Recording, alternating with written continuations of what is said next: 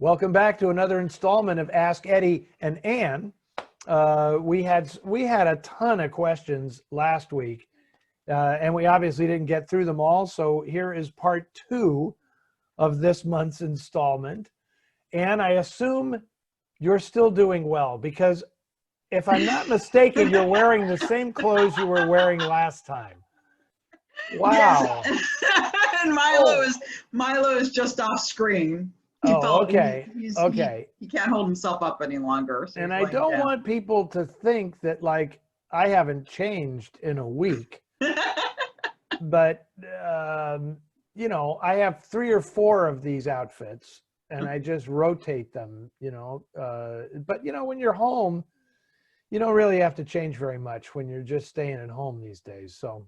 Oh, you're lucky. I remembered we were taping, because I usually, the first thing I do when I come home is change into pajamas. So maybe one of these times, Anne, we should just do this in our PJs. It'd be fun, right? I mean, I have a funny feeling that most of the people watching this are in their pajamas. I think it's entirely possible. Why wouldn't they be? Yeah. Right?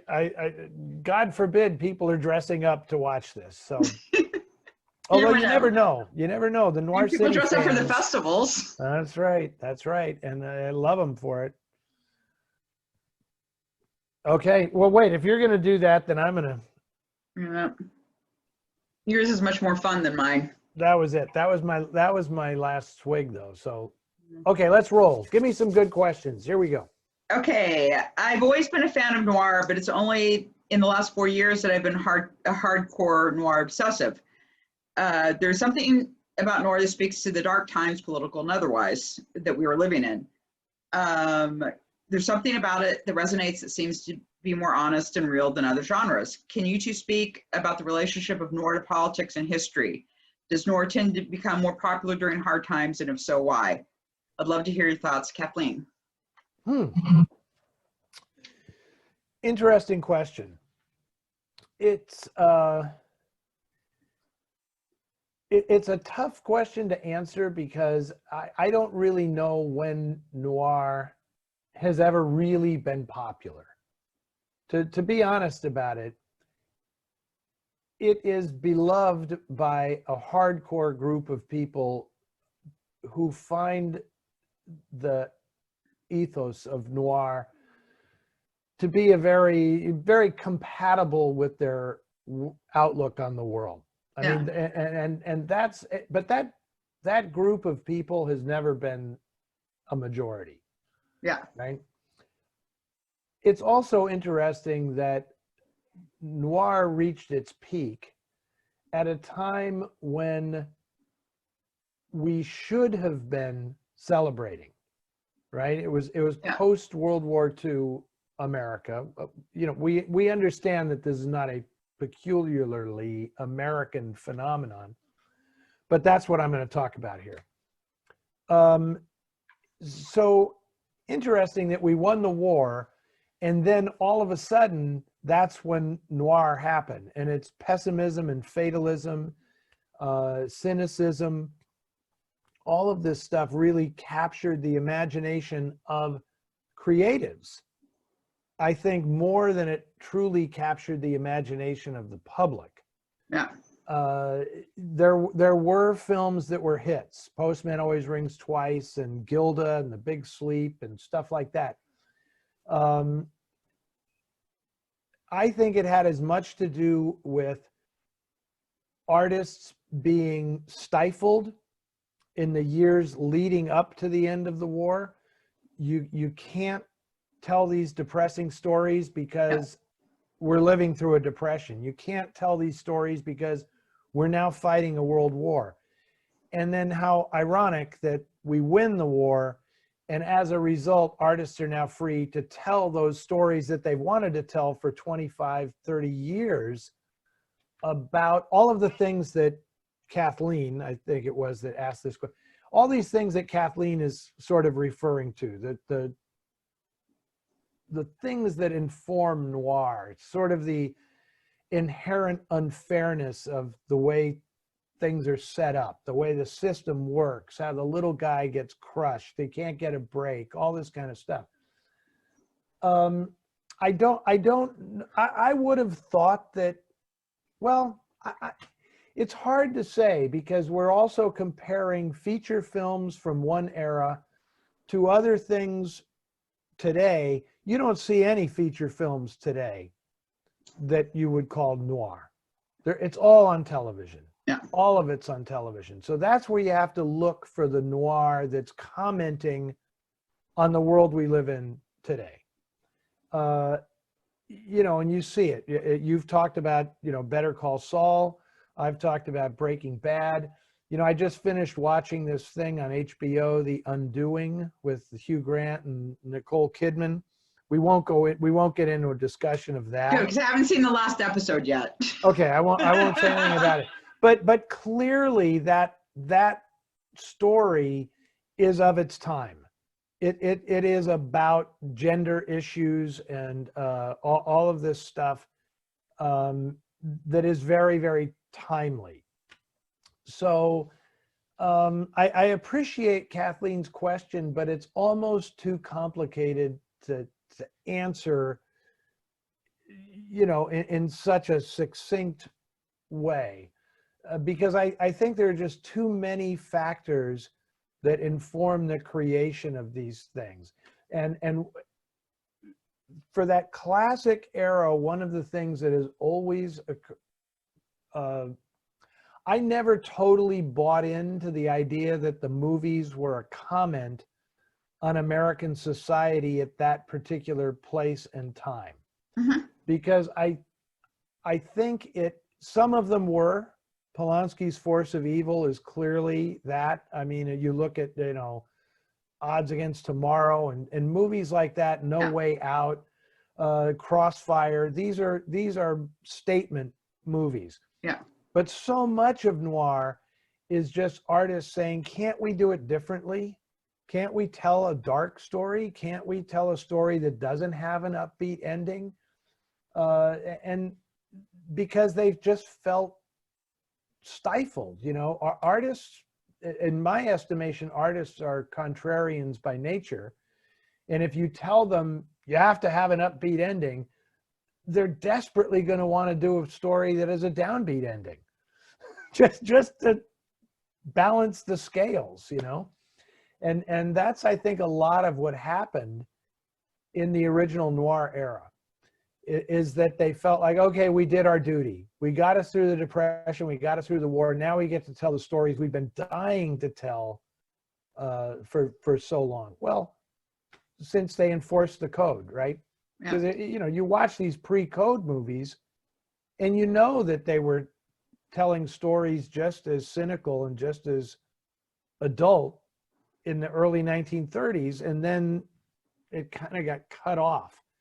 And I think that noir from like 1946 on was about artists rebelling and saying, now we can do this stuff.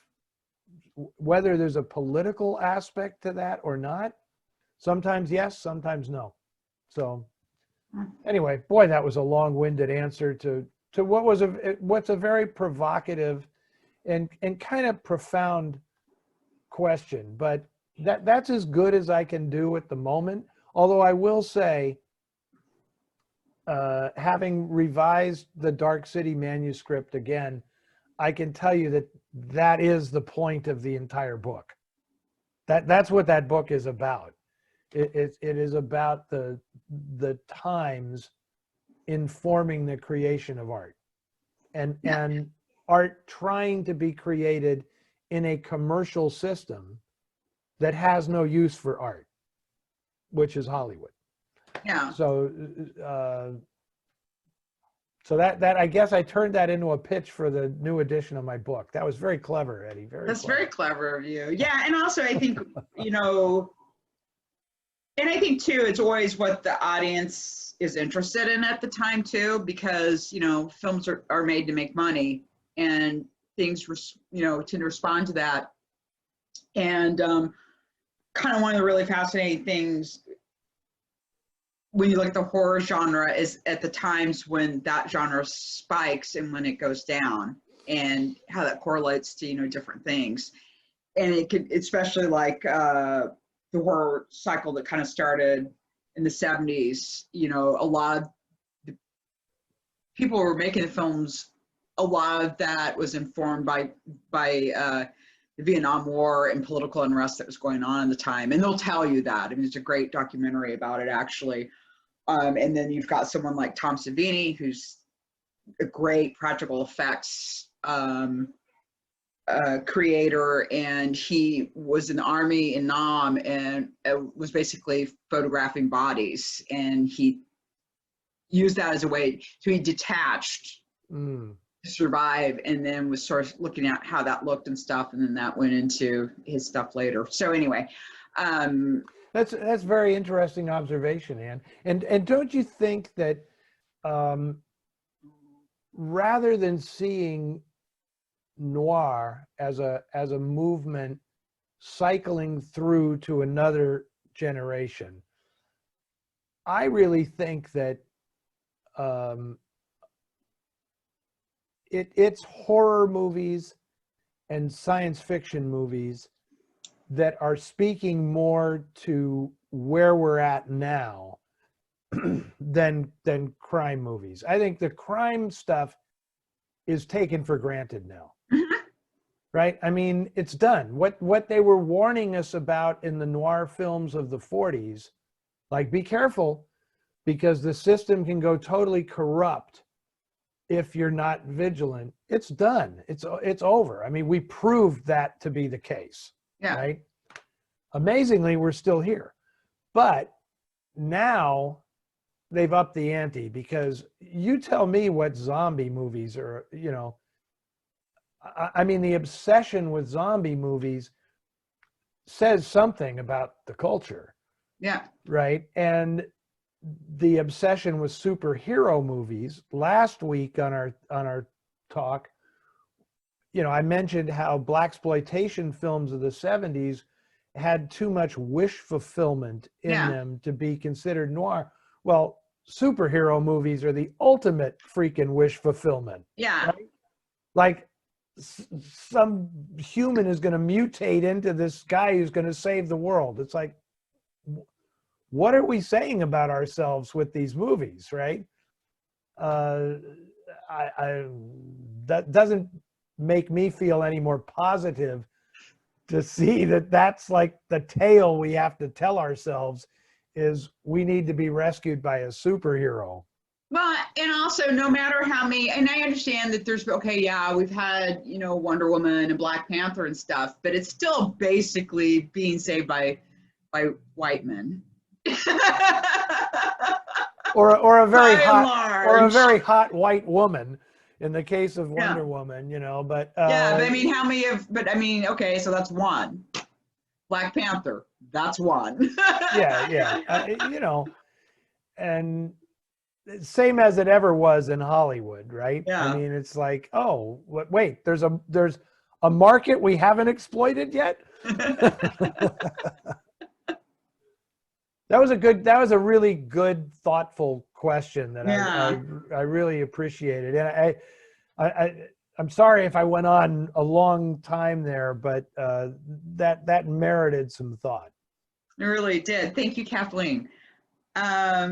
I know you'll think this is a crazy question, but I find it strange in a lot of film noirs that the sounds of footsteps are so loud, and they often sound like they're walking on sand or wearing tap shoes. Do you know why these sounds are so exaggerated? Sometimes they're part of distraction. And that's from John in Chicago. Because it's a great effect. It's Fred McMurray in Double Indemnity. I know it's the steps of a dead man. You know, or no. Wait a second. I take that back. It's the opposite. In Double Indemnity, it's that he can't hear his footsteps. I think that's the way that works. He's walking down the street to go to the drugstore, and he says, "I couldn't hear my footsteps. It was this sound of a dead man, footsteps of a dead man," or something like that. Yeah. But clearly, that accentuated footsteps, like in Phantom Lady, when Ella Raines is walking in her heels on the subway platform and stuff. That's all clearly just calculated for the dramatic effect because it sounds so lonely. Yeah. I mean, footsteps that you can hear that are that loud, it's a very lonely sound. Yeah. And it is meant to indicate a kind of a frightened thing because it's like, oh my God, no one's around because you can hear my footsteps echoing through this whole place.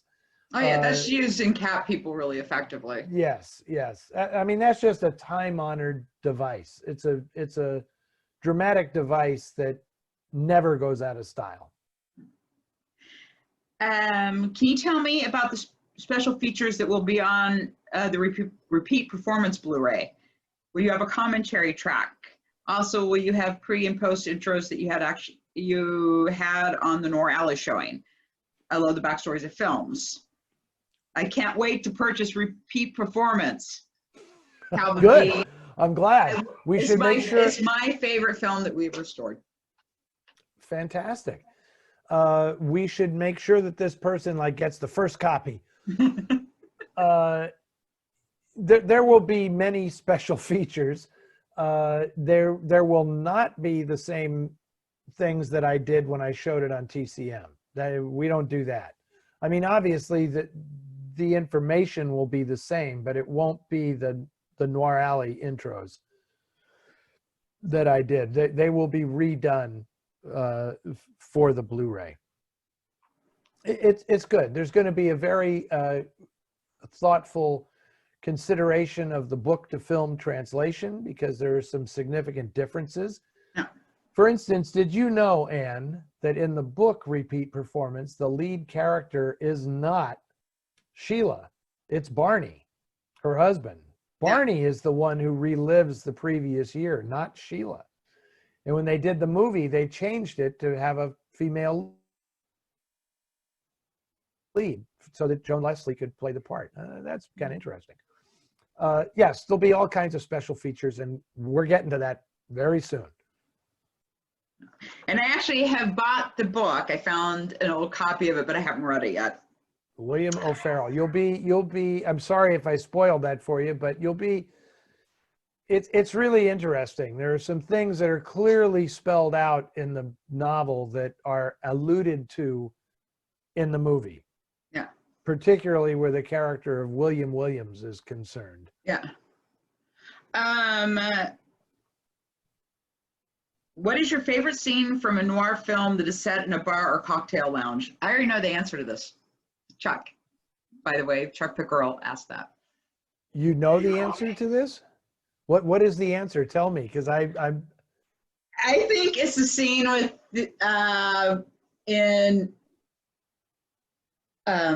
with Humphrey Bogart and Gloria Graham. I cannot remember the woman playing the piano. That is correct.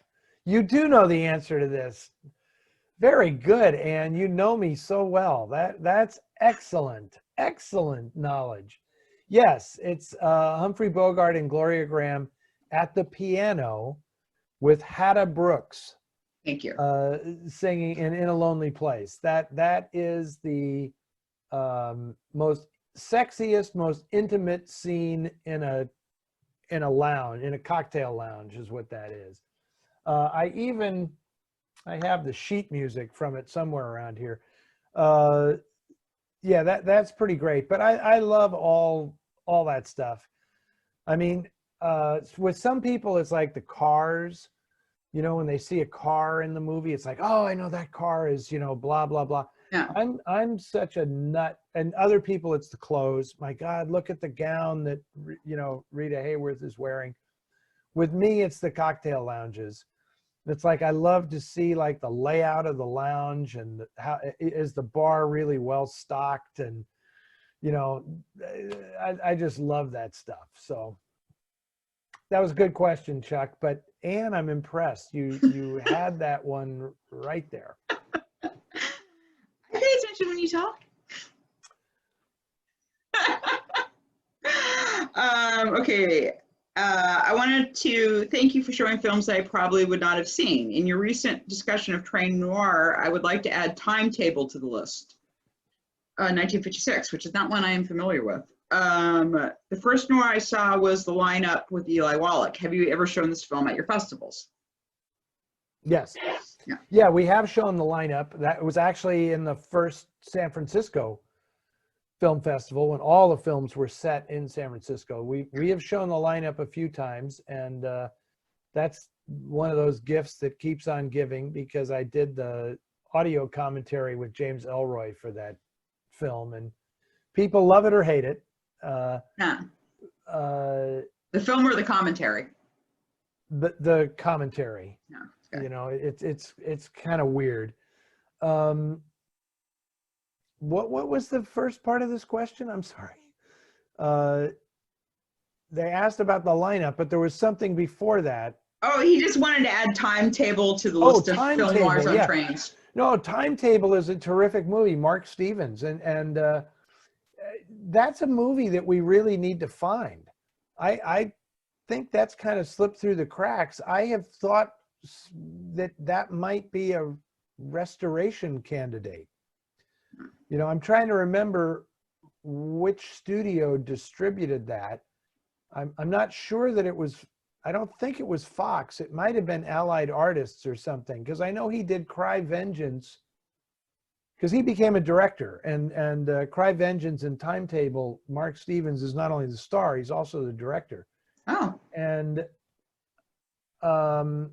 I think Cry Vengeance is UA or Allied Artists or something. But that's worth tracking down. That is a good movie. And as far as I know, there is no good copy of it. So very good question, and something to take under advisement, that may be something to look into restoring. Certainly some film noirs are filled with wisecracks and comic moments. For example, The Big Sleep, Third Man, or Strangers on a Train. But can there be a film noir comedy? Does Unfaithfully Yours qualify? And that's from John. Yeah. I say yes. Well, you know, we've had this question a few times, it seems. Yeah. And whereas I don't consider a comedy, a film that's clearly meant to be a comedy, yeah, I don't consider it film noir. Right. Obviously, there are movies that are satires and parodies of film right. noir, and Unfaithfully Yours is a classic example of that. And it's not the only one. There are many. You know, my favorite, Brunette, the Bob Hope movie, was clearly made to like satirize the whole film noir movement as it was happening. You know, Alan Ladd is in the movie playing an Alan Ladd tough guy. You know, Good Humor Man. The Good Humor Man with Jack Carson is like a classic example of I think we've talked about that one at some length. Yeah, we did. Because, yeah, because that was a straight screenplay, a Roy Huggins screenplay, and when Frank Tashlin rewrote it, he just made the guy a good humor man, and it changed the whole picture. All of a sudden, there was all this opportunity for comedy.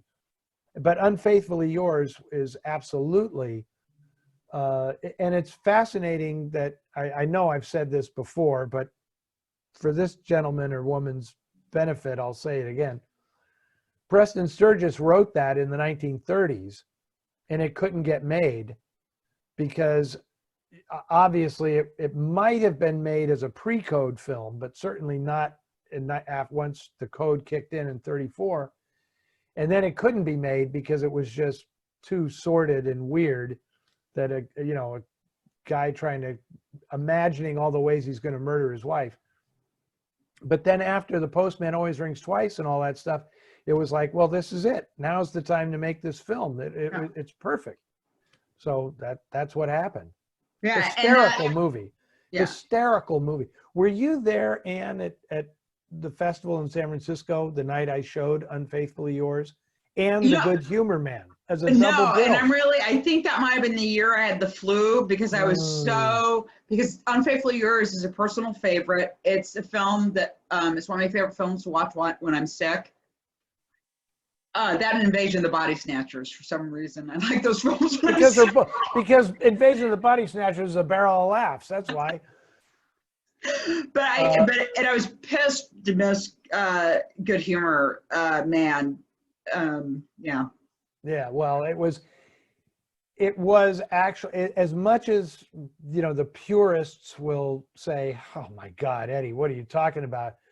I will say that that night was one of my favorite nights at a Noir City Festival, to see 1,000 people reduced to childlike laughter. They just couldn't help themselves. I mean, you know, all the slapsticky stuff and Unfaithfully Yours, where Rex Harrison is like, you know, screwing everything up and getting hit on the head and stepping through the drum and all this stuff. And then the end of Good Humor Man with the kids and the swimming pool and the buzzsaw loose in the pool and all this stuff. The entire audience was helpless with laughter. And that was really, really great to see. A bunch of adults just bawling like kids at a Saturday matinee in the 40s or something. It was delightful. Yeah, it was great. Back when the Neptune in Seattle used to do rep theater, they had a Preston Sturges series, and it was so great to see those films up on a big screen with an actual audience. It was just one of my best cinematic going experiences. But I think the thing about Unfaithfully Yours, though, that's really interesting is when he imagines murdering his wife, it is vicious. I mean, it is a really brutal scene. It's actually one of the most brutal killings I've seen in that period of film.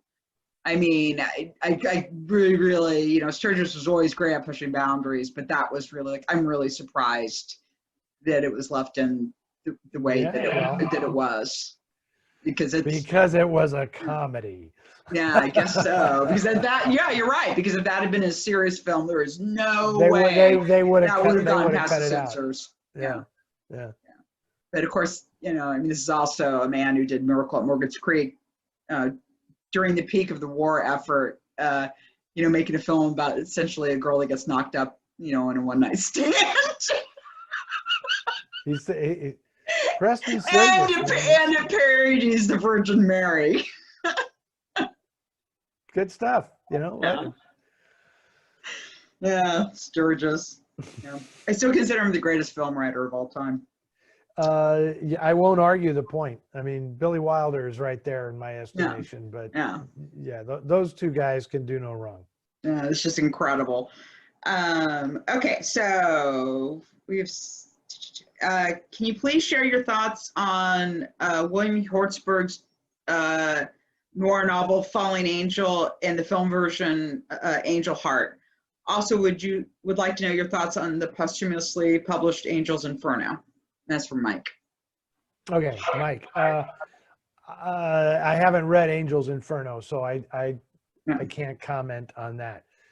I remember reading Falling Angel a long time ago. I mean, a long time ago. So that is not a recent book. I have not revisited it since I read. I was probably, geez, I'm going to date myself now, but correct me if I'm wrong, but that book came out like in the late 70s or early 80s or something. And I liked the movie. I like Angel Heart. I think it's clearly a film that is paying homage to classic film noir. It's one of those films that has the supernatural element that for a lot of people is the cutoff. Like, this isn't really noir because it's a supernatural story. But I liked it very much, you know, very atmospheric. It's Alan Parker, right? Yeah, Alan Parker directed that. Yeah. And I thought Mickey Rourke was terrific in it. And I feel like watching it again. Yeah, and it's also, I think, one of my all-time favorite in credits sequences, which I won't say it.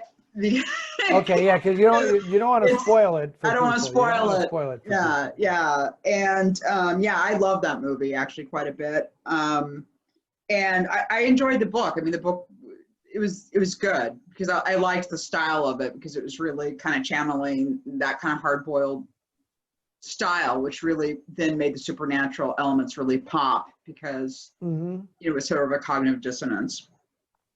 That's my remembrance of the book, was that it was one of the earliest of examples of someone paying tribute to the old hard-boiled fiction and putting a new spin on it. That's what I recall of it. I hate to say that I just can't. The movie has kind of obliterated my memory of the book, I have to say. Yeah, and I read the book after I saw the movie. Oh, okay. I hunted down a copy to read it. Yeah, God, I really love it. God, now I feel like watching that again. Yeah, why not? And why not? Johnny Fontaine, wasn't that his name? Was that his name in the movie? Mickey Rourke's name was Johnny Fontaine or something like. I'm trying to Or think. that was. I may be spoiling it entirely because it was all about the singer Johnny Fontaine, and I better stop talking because I'm going to spoil the plot for people who haven't seen the movie. We really need to stop doing that. I know I've done it as well. Eddie and Ann, are there any episodes of Alfred Hitchcock Presents or the Alfred Hitchcock Hour that you particularly like? Bonus points for mentioning any episodes that have Robert Emhart in the cast. That's Doug. I really love all the episodes with Robert Emhart. Those are my personal favorites. No. You know, I have to say, I have a hard enough time keeping track of all the movies. So keeping track of individual episodes of TV series is kind of hard for me. But obviously on the Hitchcock show, you know, I have a soft spot for the very first one with Ralph Meeker and Vera Miles. Yeah. Because it was a ripoff of an EC Comics story that Al Feldstein drew, where it's the exact same ending, you know, where you remember how it ends, where after he has taken his revenge to defend his wife, they're driving in the car and she says, "Oh, there he is. There's the guy," you know. Yeah. Exactly the same as this EC Comics story that Al Feldstein had done several years before, and it's not credited, but it's clearly the same story.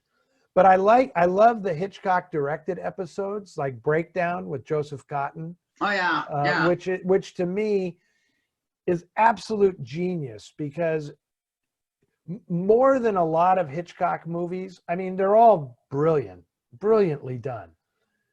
But if you're a filmmaker who can take a guy paralyzed in a car accident and turn it into exciting cinema, you really know what you're doing, because that is an amazing episode.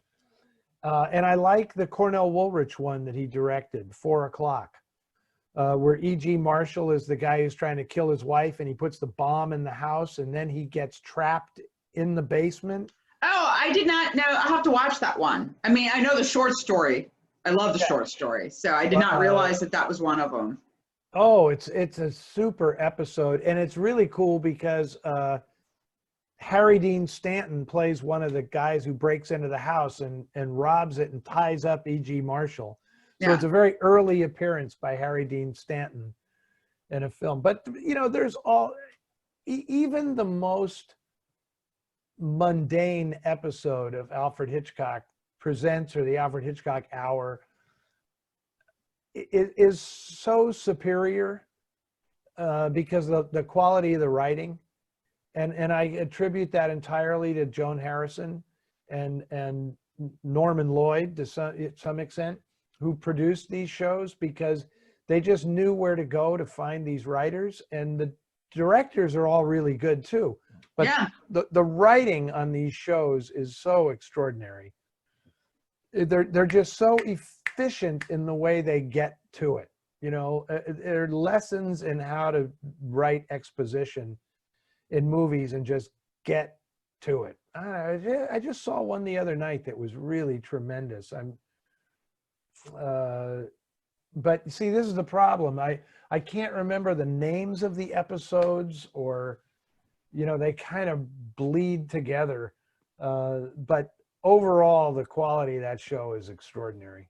Yeah, and I'll put a plug in for Three Wives Too Many with Dan Duryea playing a bigamist. Yeah. Okay. And one of his wives decides that she wants to get rid of the other three wives. And it's a great performance. Fantastic.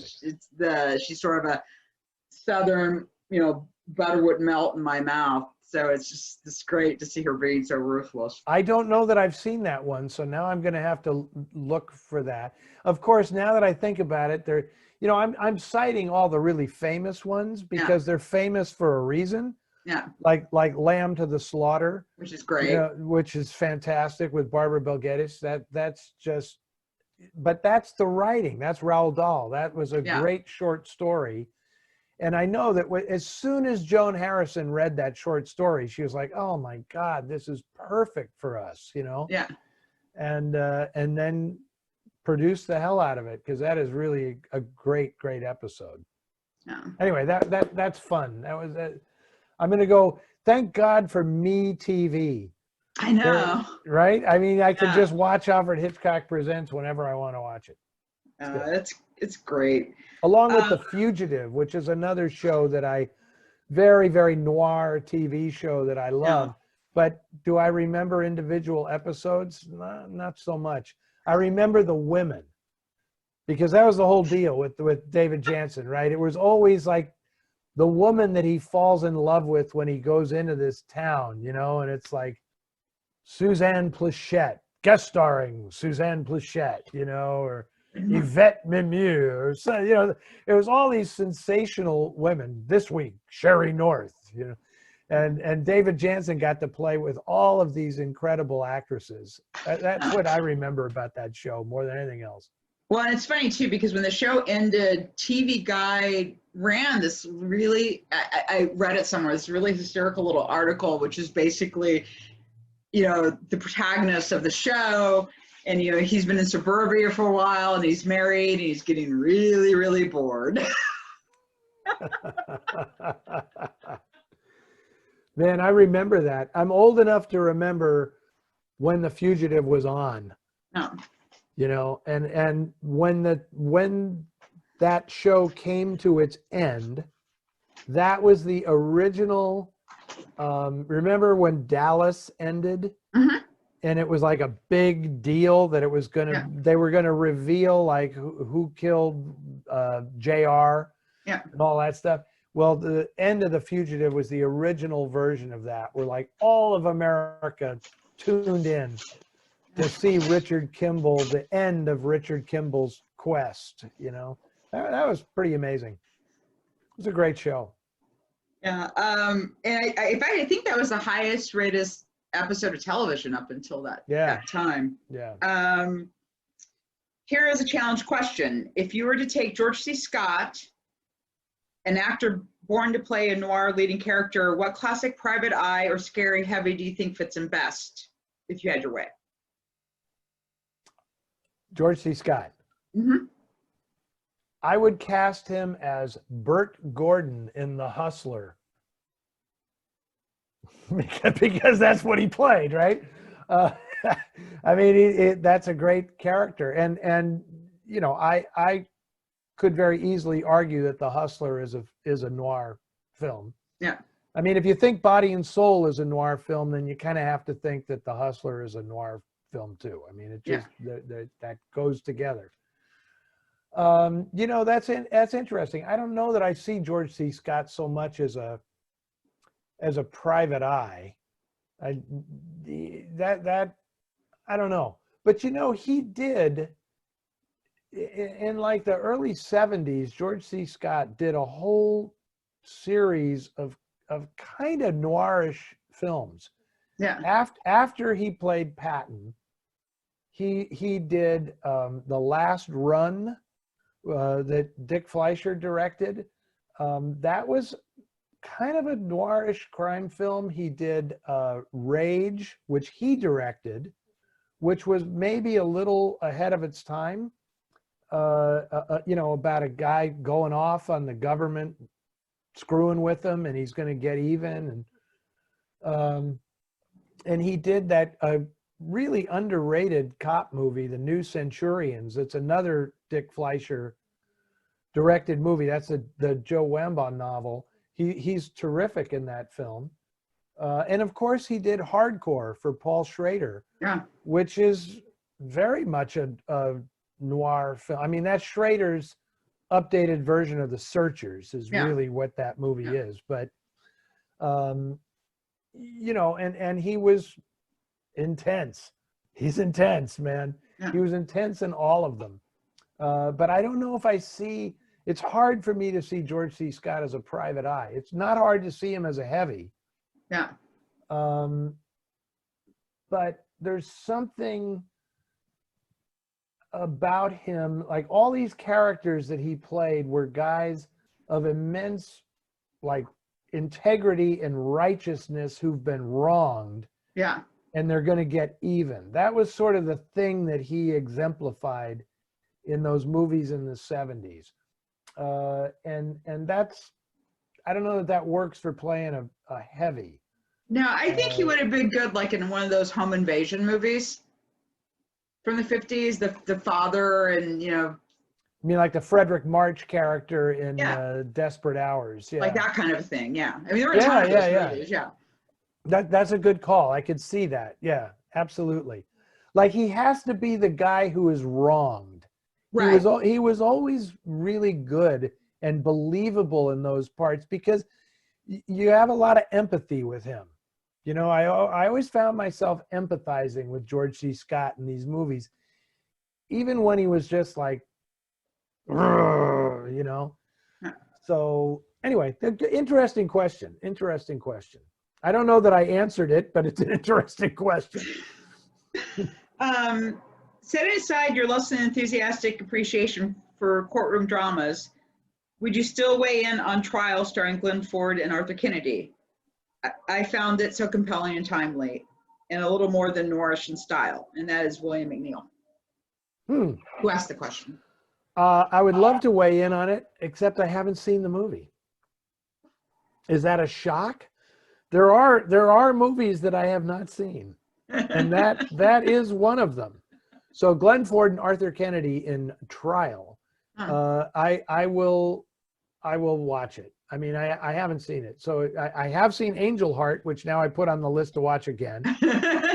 But I'm gonna hunt down Trial, and because I'm curious at the comment that it seems very timely. Have you seen it? Have you seen it, Ann? I have not seen it. Okay, so we got homework. Yeah, I guess so. Yeah. Okay. So thanks for bringing me a movie that I now have to go watch. Yeah. Yeah. And Glenn Ford's I don't know. He's like one of those guys where I don't really like him that much, but then I really like him in some. I was stunned. The film that turned me around on him was 3:10 to Yuma. Yeah. Oh yeah. I was like, okay. No, then he just rose up so much in my estimation with that. He was like, I cannot believe how charismatic he actually is. Yeah, I know what you mean. I've never been a huge Glenn Ford fan, and it's funny how when people say, "Oh, so who are your favorite noir actors?" I never think of Glenn Ford, ever. But he's in a he's not Richard Conte or something, even though he was a much bigger star than Richard Conte, but I just don't think of him. He's fantastic, obviously, in The Big Heat, but he is good. Now, Arthur Kennedy, I think, is one of the most underrated actors ever. Oh, he's a great actor. I mean, he's a great actor. Yeah. He is fantastic in everything. So I will I will definitely look for this film. Humphrey Bogart only played Philip Marlowe and Sam Spade once. Ralph Meeker only played Hammer once. With all the books these characters are featured in, was there ever any talk of movies being made with these actors? So like a series of films with Bogart playing Marlowe or Spade, or rather, or Ralph Meeker playing Hammer more than once. No, I don't think so because, well, okay, in the case of Marlowe, it's interesting to note that the books were all bought by different studios. So there's no way that Bogart would have played the part at other studios. That just wouldn't happen. So, I mean, the fact that The Big Sleep ended up at Warner Brothers, thanks to Howard Hawks, Warner's got him to play the part. But, Farewell, My Lovely was purchased by RKO. Brasher Doubloon was at Fox. Lady in the Lake was at MGM. And then by the time Chandler wrote The Little Sister, there was no way that Hollywood was going to adapt that book back then because it's an anti-Hollywood book, right? Yeah. So, and there isn't much of a plot there. Seriously, there really isn't much of a plot. I love that book. I love the writing in the book. But it got made as Marlowe later on with James Garner. But that wasn't going to happen, and I think Victor Saville had the rights to all the Spillane stuff for a while. But they were just, they were always trying a new Mike Hammer. Yeah. And the guys who made Kiss Me Deadly didn't love the film. Yeah. And it was not a hit. It was a box office bomb. So they weren't going to make another one with Ralph Meeker. They would go with Bill Elliott or whoever, and some of those, and eventually Mickey Spillane himself played the part. Yeah. But no, that was not a thing. They weren't going to do a series of A pictures. It's funny, isn't it, how they used to do that? Like they'd have the Saint and the Falcon and the Lone Wolf and all of these things. But then after like 46 or something, they really stopped doing that. Yeah. So you weren't going to see A-list product like a Philip Marlowe thing or a Spillane, whatever you think of him as a writer, those were best sellers. Yeah. So you weren't going to get a series of B films out of them. Yeah, exactly. Because I think really was there really a series of A films besides the Thin Man? That's a really good question, Ann. Because the Thin Man movies were A, but most of the other film series I can think of were not A's. Not A pictures. You're right. You're right. We're gonna look this up. More homework. More homework for us. Maybe some of these intelligent people that listen to us will send us the answers to these things. That would be good. It's like cheating. It's like cheating on our homework. They can slip us the answer, and I promise I won't dip your pigtails in the inkwell while I'm at my desk cheating on the test. Okay. Having just discovered the category film blanc through the commentary by Sam Dayam to the night my number came up, I wanted to ask you how you view film blanc. It seems to me that noir and blanc are complementary, but I want your opinion. Have you had a favorite blanc, or especially an unsung blanc, that you could recommend? And have you thought of pairing the two genres for an evening or two of programming on TCM? Arthur Ferguson. Well, Arthur, look, man, I just got a handle on this film noir stuff, and now you want to ask about film blanc. I mean, seriously? No, honestly, I am not entirely sure what people mean when they talk about film blanc, so I don't look it up. I don't know. Well, I kind of know a little bit, but I don't know the reference. I know this person, the writer, the Sam Danum, I think, like Len Dayton or Danum or Dan? I know that it's a she, and Yeah. she writes mostly about fantasy and horror stuff. Yeah. So that was always my impression, was that film blanc was sort of like, I think we've been discussing a few examples of this. Like I would consider Repeat Performance to perhaps be a film blanc, or Alias Nick Beale, or they're films with a supernatural element, or maybe the best example of all is It's a Wonderful Life. I think some people consider that to be film blanc.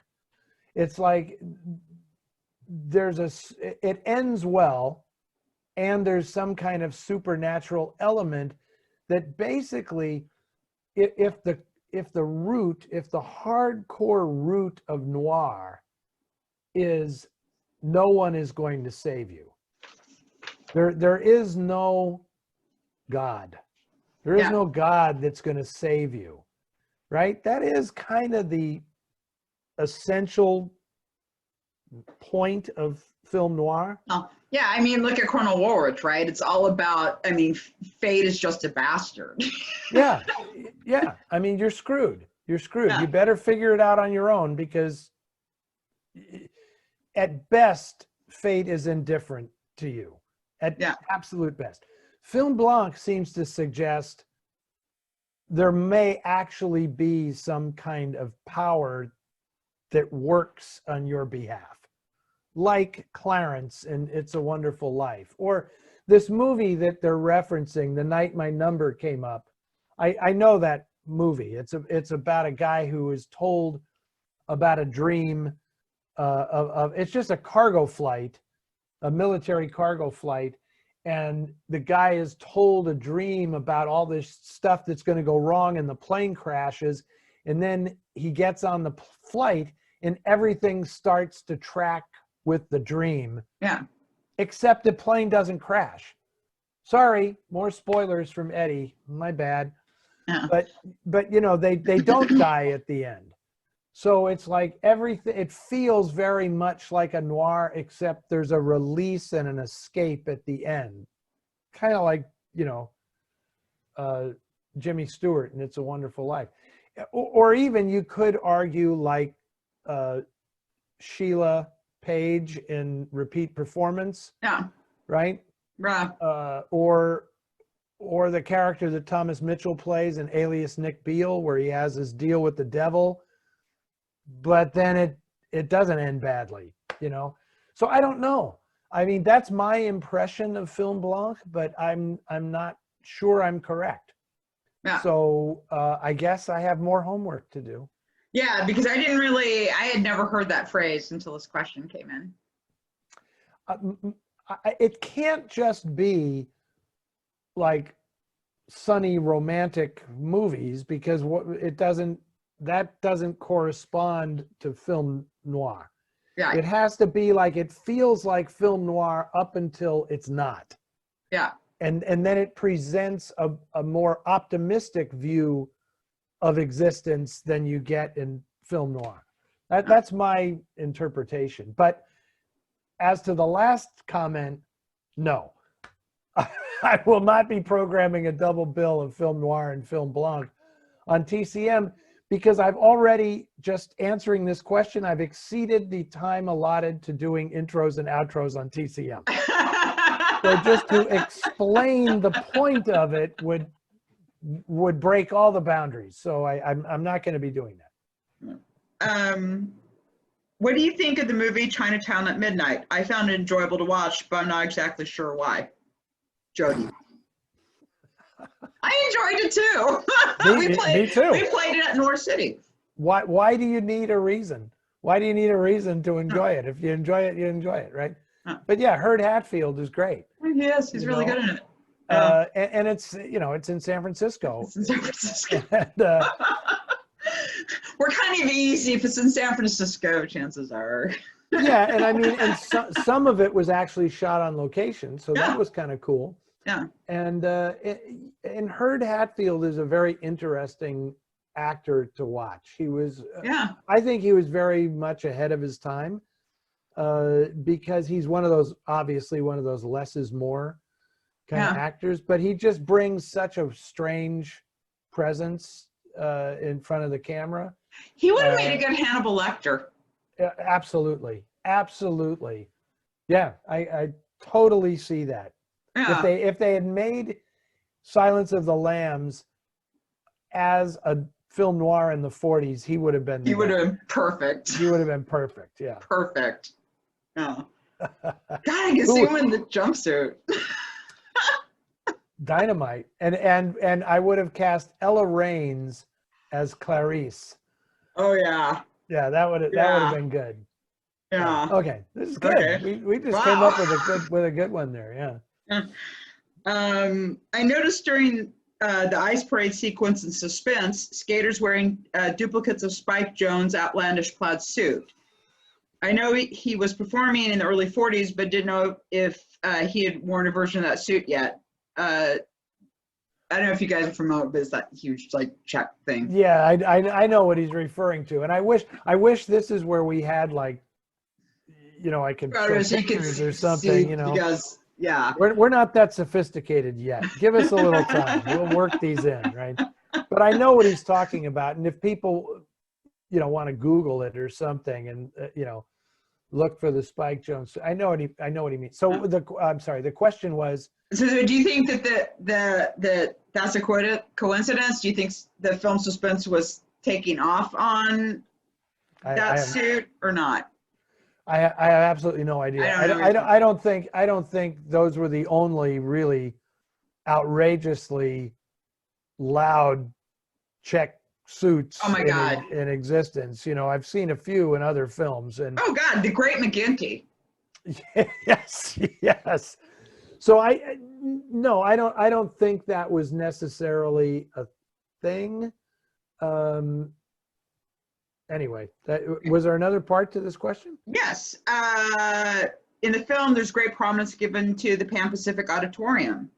Any idea of any other noirs or general films that featured the Pan Pacific Auditorium? Yes, the Pan Pacific Auditorium, which was on Fairfax, not far from the farmers market, and was such an architectural landmark in LA. There is another noir film, I'm going to think of it, that it's Johnny Eager. The Pan Pacific Auditorium is also in Johnny Eager. And then there were, I know it turned up in some stuff later on, but that's the only film that's kind of noir that that pops right to mind. I'm sure I can look this up. Probably if I Googled the Pan Pacific Auditorium, I'll bet you they would indicate like films in which it's appeared. I know, given how many ice skating movies there were back in the 30s and 40s, I am certain that it appeared in other films that weren't noir. Yeah. That's goes without saying. I don't know exactly what they were. I'm not a huge fan of ice skating movies unless they star Belita. Yeah. But I think Sonia Henney, is that her name? Sonia Henney, yeah. Yeah. Over at Fox. And Vera Ruba was the other big skater who ended up marrying Herbert Yates, the head of Republic Pictures. That's why she got a lot of movies. Good move. In the 50s that she started, because she married the head of the studio. That was good. Vera Ruba Ralston. Yeah. Good for her. Yeah. Hey, why not? Okay.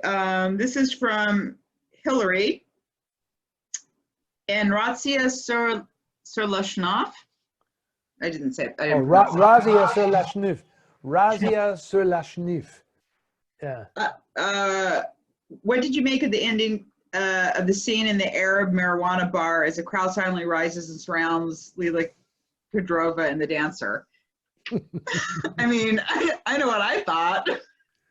Well, tell us what you thought, Anne. Because this, okay. So what for people who maybe don't know, Hillary, and I'm sure this is Hillary Barta from Chicago, who is a loyal Noir City fan. Great comic book illustrator.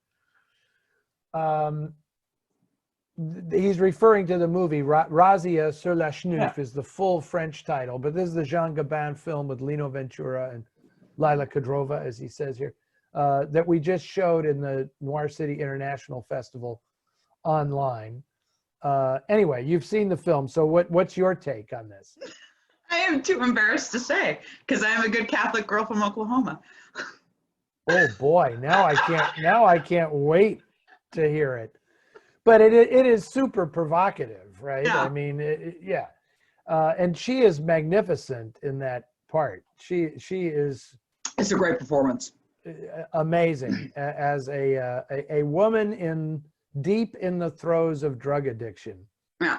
And it's just clearly like so sexualized, that whole scene in the den of iniquity. The den of iniquity. That clearly, I'm just going to say that's one of the things I love about movies. I always go for the leave it to the imagination. Yeah.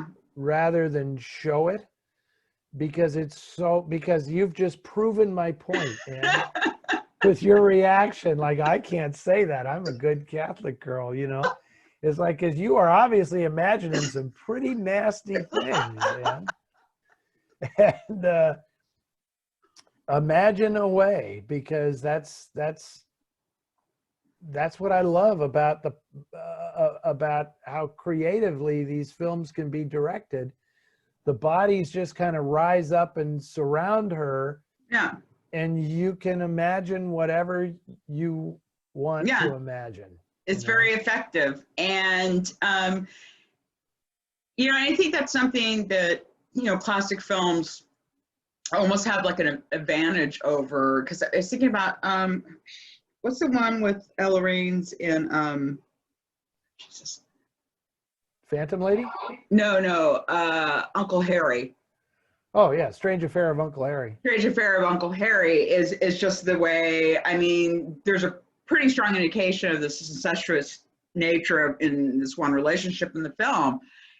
And it's really interesting because, I mean, obviously at that time period, you're not going to be real blunt about that. But that also really adds to it in a way, because it's unspeakable. It's unspeakable and it's unspoken in the film, and it's like very effective in a way that a much more forward approach to that would not have been as interesting, and also it would just it wouldn't have been as interesting psychologically. Well, yes, I mean it's twofold, because number one, they couldn't show it. Right. They couldn't say it outright because half the audience is going to get up and leave. Right.